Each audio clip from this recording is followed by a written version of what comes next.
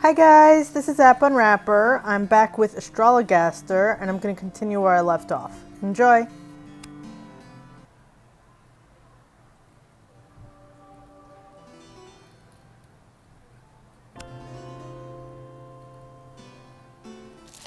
What does it matter if errors he makes?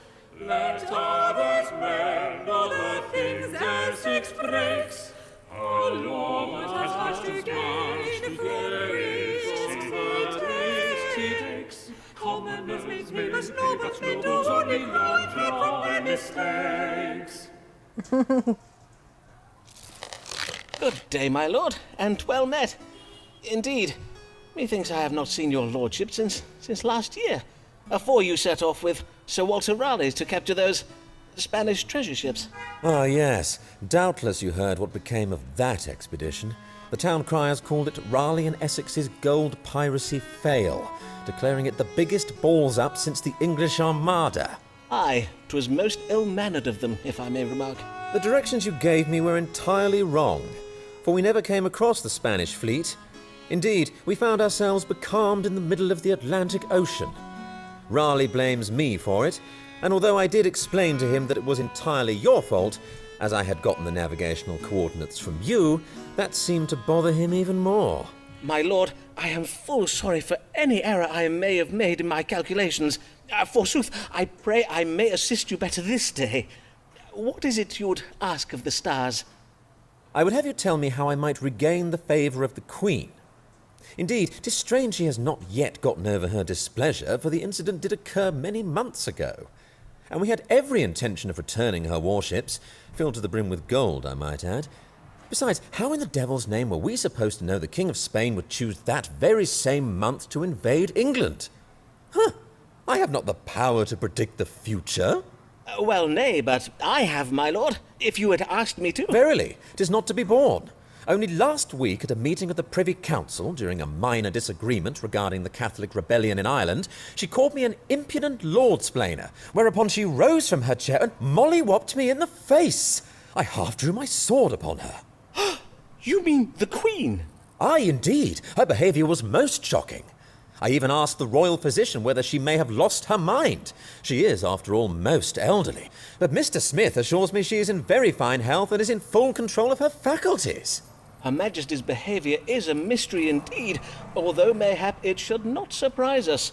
A man's reason is oft insufficient to fathom the workings of the feminine mind, and, in such cases, he may have little choice but to call upon divine wisdom. To wit, let us see what the stars can tell us. What must Lord Devereux do to regain the Queen's favour? Lord Splainer. Lord Splainer, haha, like mansplainer.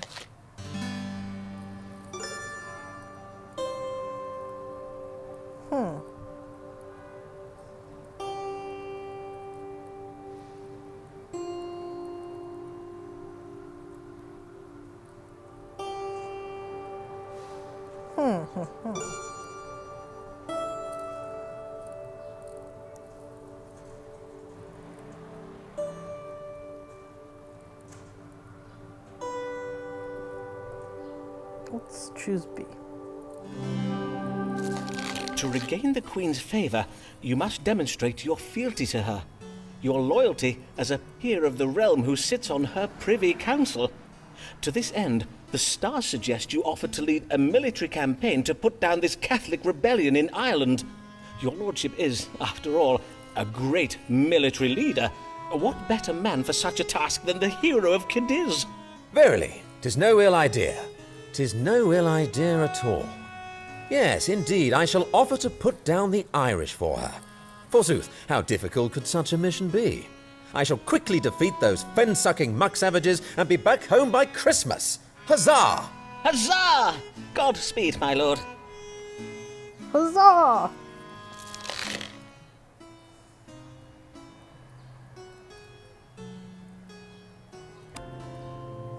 Back up to where we were before. Though our hero Simon Bowman's not a Catholic, he disapproves of Mary, for her views they make him sick. but pray he does not tell her lest she punch him in the fa-la-la-la-la, fa-la-la-la-la, punch him in the fa-la-la-la-la. Good day, Mistress Payne. How may I help you this day? Blessed day, Dr. Foreman. I am just come from taking my niece to visit Rochester Cathedral. Thomas Blogg is the cathedral's dean, I believe. Know you of Dean Blogg? I know something of him. Verily, that man is a model to us all. Under his stewardship, the cathedral's decadent furnishings have been stripped away.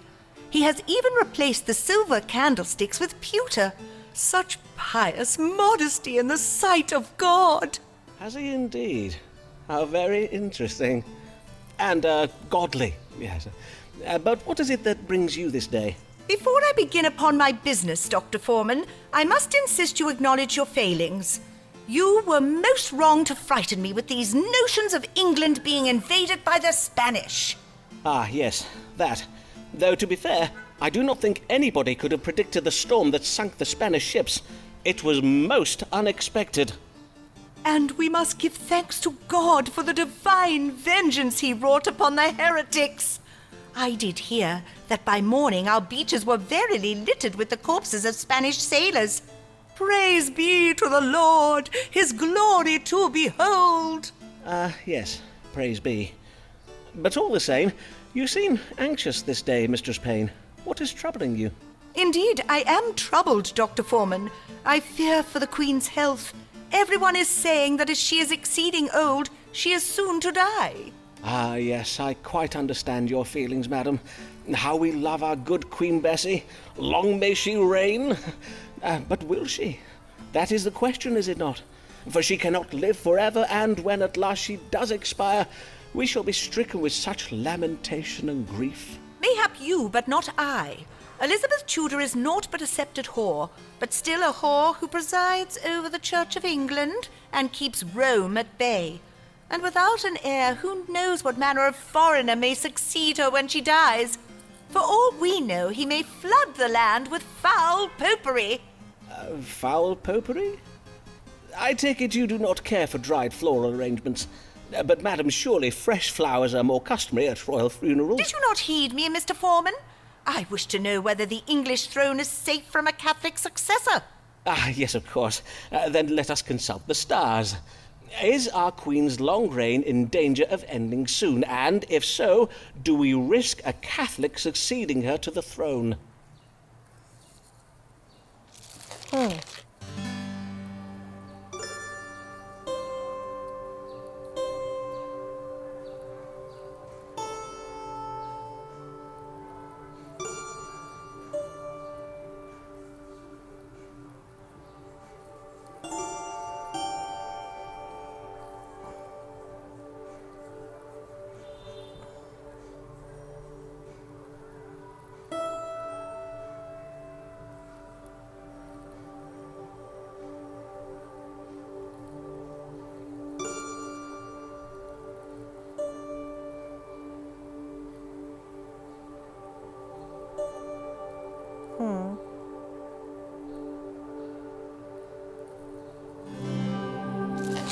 The Queen's prognosis is good, madam. God will ensure she remains in health for some years yet. And when at last Her Majesty does expire, whomever succeeds her will happily take his place at the head of the Church of England. I may assure you that England will not revert its allegiance to the Church of Rome. Praise be! To know that England shall remain safe from Satan's earthly servants is well indeed. Fare you well, and may God give you a blessed day, Dr. Foreman.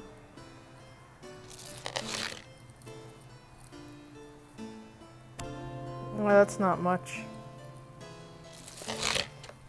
Rejoice, rejoice in the Lamb. The Lamb, served by the Archbishop, to his guests for dinner at his palace in Lambeth. Rejoice, rejoice in the Lamb, for comes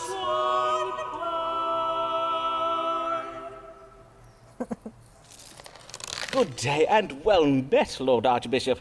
What a pleasure it is to welcome your grace once more to my humble consulting chambers. Do you ail of something, sir? Nay, I am in good health. I am come for information. That is, I am come for an astrological reading concerning one of my deans, Thomas Blagg, the Dean of Rochester Cathedral. I hear you are acquainted with him, are you not? Yes, so please your grace. I am honoured to say that Dean Blagg is one of my querents. I see.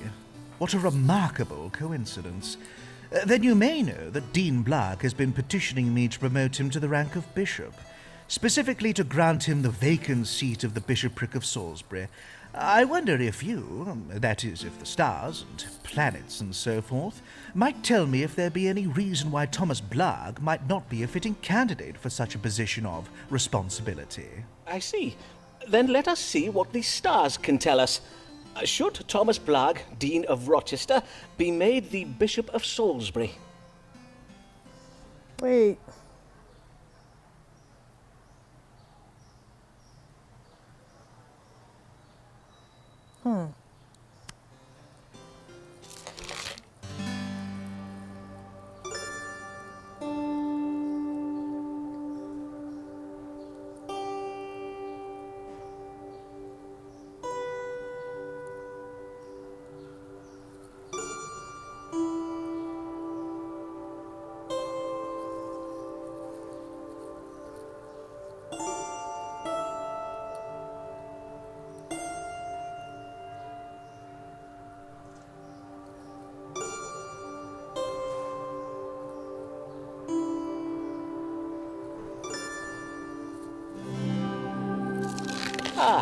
The stars urge you to grant the bishopric to Thomas Blagg, your grace.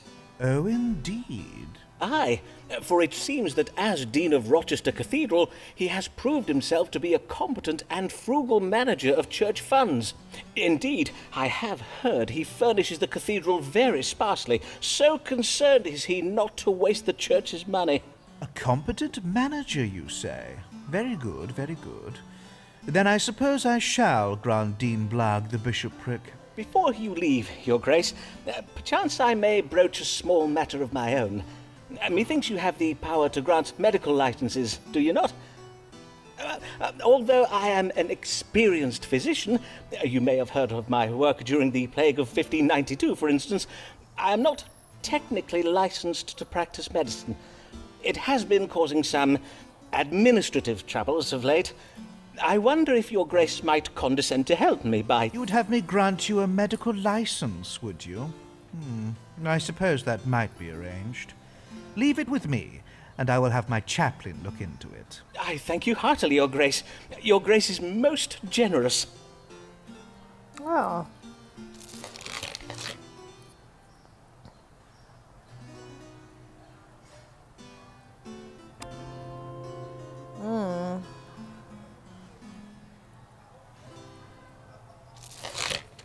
And his Blagg is on the make, mayhap even on the take. Could it be for her family's sake, seriously give her a break? God give you good day, Mistress Blagg. Pray tell, what brings you? I would know whether my lover, Owen Wood, is resolved to leave me something in his will. A small legacy, mayhap. A large one. I do hope he intends to leave me something. Owen Wood? He is the Dean of Armagh, is he not? But were you not pursuing, Richard Bancroft, the Bishop of London? Aye, and your notion to use Lambeth Palace for an assignation did work wondrous well. We had a small dalliance, the Bishop and I. But 'tis all over now, for I did end it. Only a small dalliance. But I thought your plans for the Bishop were larger in scope. In our last consultation, you had me believe you were looking for something more substantial. Aye, I was. But I will not lie, I was disappointed. I see. Now perchance we may proceed to this matter concerning Owen Wood. Pray tell, why would you wish to know whether he has included you in his will? Is he gravely ill? Not presently, but methinks he will be soon, for he has gone to Ireland to join that peacocking mumphead, the Earl of Essex. I see. He has gone to fight in Robert Devereux's military campaign to put down the Catholic rebels in Ireland. But you're being a little harsh, are you not? 'Tis true he has had some bad luck of late, but the Earl is a fine... Oh, a swole-headed failson is what his lordship is. 'Twould not surprise me if he read his map upside down and marched his men into a bog to drown. Pray, let us do my reading, if you please. Certainly. If Owen Wood, the Dean of Armagh, were to die, would Alice Blagg inherit anything from his estate?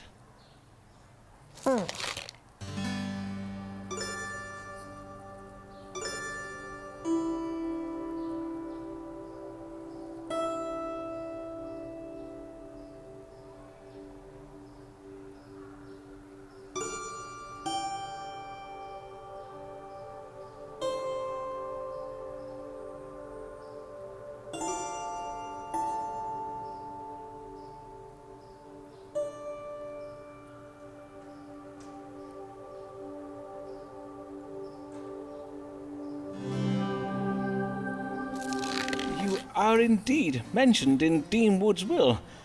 Unbeknownst to his wife, he plans to leave you a portion of his fortune. Forsooth, that is what the stars do tell, but if I might offer you my own counsel... Oh, what an angel of a man! Did I not know it? Dearest Owen, I shall raise a toast to him at the Quiet Bear this even.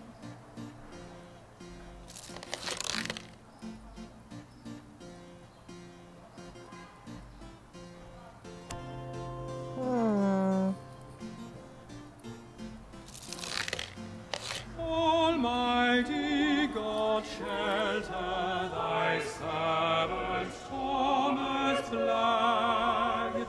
Take him in thy merciful arms, and shake sense into him. Oh, sorry about the noise outside. Good dawning, D. Blagg. How may I do you service this day? I hope you will do me service, Dr. Foreman. For at my last consultation, you served me very ill. Ah, Indeed. Your prediction that Raleigh and Essex would succeed in capturing those Spanish treasure ships did put me in a most lamentable position. I had my tailor fashion me these fine new robes, and now I have not the money to pay him for it. then I'm heartily sorry for it, sir. Though your new robes are indeed very fine. Is that a different shade of black, or...? And I know not how, but my wife Alice has lately learned of our perilous financial situation. Ah, has she? Aye, and she has had me petition the Archbishop for a promotion. 'Tis her reckoning that if I were promoted to bishop, the increased living would enable me to settle our debts. That would seem wise under the circumstances. And was your petition successful? It was. At least at first. Indeed, His Grace did have me believe he is minded to make me Bishop of Salisbury. The bishopric of Salisbury. But that is excellent well, is it not? It would be very well, forsooth. But many months have passed, and the Archbishop gives yet no sign of granting the vacant bishopric to anybody. I see. And he does not say when the matter may be decided? Nay, indeed he does not. Whenever I raise the question with His Grace, he says he needs time to consider the various episcopal and doctrinal matters concerning such an appointment. All the while, he has me performing additional duties that I dare not refuse, lest I lose his favour. And Mistress Blagg has sent him pies upon numerous occasions. And yet the Archbishop is not moved? Well, he must be a very hard man indeed, for your wife's pies are well renowned for their powers of persuasion. Now, let us see what the stars can tell us. Will Thomas Blagg, Dean of Rochester, be granted the bishopric of Salisbury?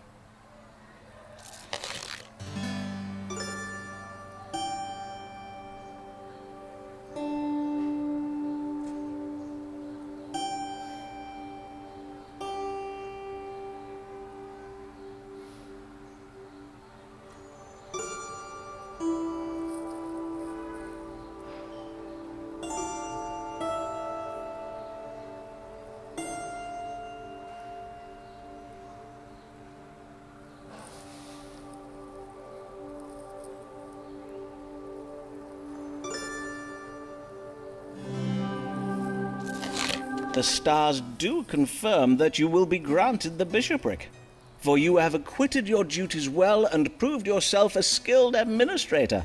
Forsooth, I've heard it remarked that the recent removal of some of your cathedral's more decadent furnishings has rendered the cathedral more, well, more suitable for humble worship and sober reflection.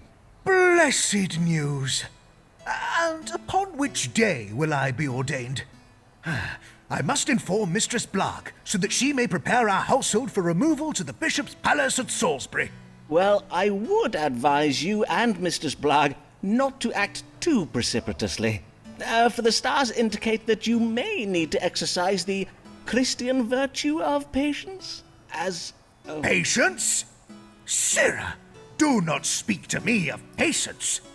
John Whitgift has strung me along for over a year on this matter. A bishop's living is little use to me if I'm to be bankrupted while waiting on it. Oh no. Ah.